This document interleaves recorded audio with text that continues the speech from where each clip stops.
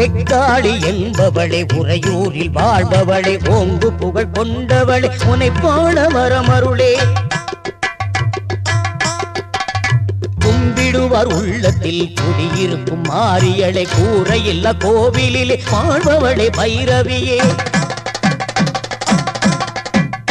வெக்காளி என்பவளே உறையூரில் வாழ்பவளே ஓங்கு புகழ் கொண்டவளே உனை போல வரமருளே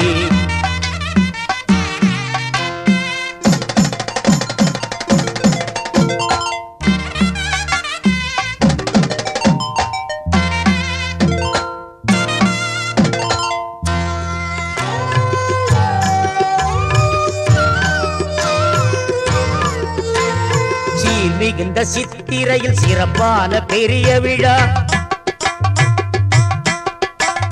தீர்த்தம் பால் பன்னீரால் அபிஷேகம் செய்